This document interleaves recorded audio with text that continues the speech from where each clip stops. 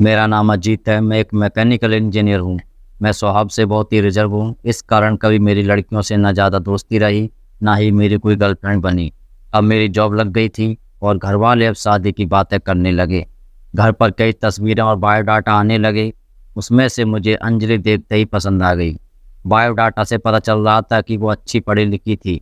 मैंने अपने घर वालों से कहा कि मुझे लड़की पसंद है। हम लोग अंजलि के घर उसे और उसके घर वालों को देखने गए। फिर जब अंजलि चाय लेकर आई तो मुझे उसकी तस्वीर से भी ज़्यादा सुंदर लगी। खुले बाल और हल्के नीले रंग की साड़ी में बहुत ही सुंदर लग रही थी। फिर घर वालों ने हमें एक कमरे में बातें बातें करने भेजा। कमरे में वो चुप थी। उसके चेहरे पर इतनी खुशी नहीं थी। मेरा दिल धड़क रहा था। मुझे लगा कि उसे मैं पसंद नहीं हूँ। फिर मैंने ही बात शुरू करते हुए कहा कि आप क्या करती हैं। उसने मेरी तरफ घूर कर देखा और कहा कि आपने बायोडाटा नहीं देखा तो मंगाया क्यों था। उसकी बात सुनकर मुझे लगा कि वो मुझ में कोई इंटरेस्ट नहीं दिखा रही है। फिर मैंने उसे डायरेक्टली पूछ लिया कि आपको मैं पसंद नहीं हूँ। वो बोली मेरी पसंद की बात नहीं है, आप खुद मुझे नापसंद कर देंगे। मुझे पता है। उसने कहा अभी मैं आपको ऐसा कुछ दिखाने वाली हूँ कि आप वो देखते ही आप शादी के लिए मना कर देंगे। आपसे पहले 2 लड़कों को दिखाया, उन्होंने भी देखते ही मना कर दिया। यह कहकर उसने अपने खुले बाल जो पीछे थे उनको आगे किया। इतने में ही कमरे के बाहर से आवाज़ आ गई और उसकी माँ कमरे में आ गई। शायद उन्हें भी पता था कि वो हर लड़के के साथ ऐसा ही करती है और कुछ बताती है। उसकी मम्मी ने कहा चलिए बाहर, सब आपका इंतज़ार कर रहे हैं। अंजलि ने अपनी माँ की तरफ देखा। मैं बाहर आ गया और बाहर मेरी माँ और पिता जिन्हें जिन्हें भी मेरी शादी की जल्दी थी, वो भी मेरे मुंह से बस हाँ ही सुनना चाहते थे। मेरे आते ही मेरी माँ मुझे बाहर ले गई और पूछा कि क्या तुझे लड़की पसंद है। मैं मना नहीं कर पाया, लेकिन एक बात मुझे खटक रही थी कि आखिर वो क्या बताने वाली थी। उसकी मम्मी जिस तरह से जल्दी से कमरे में आई, मुझे बाहर ले गई, लगा ऐसा जैसे वो हमारी बातें सुन रही थी। मैंने शादी के लिए हाँ कर दी। मेरे घर वालों ने उन्हें हाँ में जवाब दे दिया, लेकिन अब मैं एक दुविधा में था कि मैं क्या करूं। मैंने उससे बात करना चाहा। मैंने उससे नंबर नहीं मांगा था। मैंने अपनी मम्मी को कहा कि आप बात करें और उसका नंबर ले लें।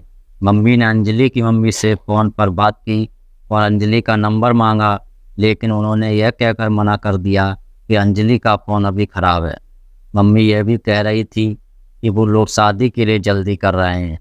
इन सब बातों से मेरे मन में कुछ अजीब सवाल आने लगे। एक शाम जब मैं ऑफिस में था तब मुझे एक अननोन नंबर से कॉल आया। फ़ोन रिसीव किया तो अंजलि थी। वो बोले कि मम्मी ने मेरा फ़ोन ले लिया है, मैं कुछ बहाना करके अपनी फ्रेंड के रूम पर आई हूँ, उसी के नंबर से फ़ोन कर रही हूँ। क्या तुम मुझे अभी मिल सकते हो। मुझे वैसे भी उससे मिलना था। अंजलि के बताए एड्रेस पर मैं जल्दी से पहुंचा। वो उसके फ्रेंड का रूम था। मैंने जाते ही पूछा उस दिन की बात अधूरी रह गई थी और तुम्हारी मम्मी तुम पर नज़र क्यों रख रही हैं। अंजलि बोली मैं तुम्हें कुछ दिखाना चाहती हूँ, उसके बाद तुम्हारे सारे सवालों का जवाब मिल जाएंगे। अंजलि आज भी बाल खोलकर आई थी। वो पीछे मुड़ी और अपने खुले बालों को पीठ से आगे की ओर किया। तब मुझे पता चला कि वो क्या दिखाना चाहती थी। उसकी गर्दन पर एक टैटू था, सुयश नाम का। अंजलि बोली कि मैं एक लड़के से प्यार करती थी और हम दोनों शादी भी करना चाहते थे। मैंने उसी के नाम पर टैटू करवाया था। यह बात मैंने अपने घर वालों को भी बताई थी और वो तैयार भी हो गए थे, लेकिन सुयश ने मुझे चीट किया। वो मेरे अलावा भी किसी और लड़की को डेट कर रहा था और वो लड़की पैसे वाली थी, इसलिए उसने मुझे छोड़ दिया। तब से मुझे शादी और लड़कों से एक नफरत सी हो गई थी। उस लड़के को मैंने बहुत प्यार किया, लेकिन उसने मुझे धोखा दिया। तुमने पहले भी 2 लड़कों को मैंने टैटू दिखाया और उन्होंने सच जानकर शादी के लिए मना कर दिया। मम्मी इसलिए मुझ पर नज़र रख रही हैं कि मैं तुम्हें भी कहीं सच ना बता दूं, लेकिन मैं लड़कों की तरह नहीं हूँ। मैं नई ज़िंदगी की शुरुआत सच के साथ करना चाहती हूँ। मैं सुनकर सोच में पड़ गया कि जिसको प्यार मिलता है उसे प्यार की कदर नहीं होती।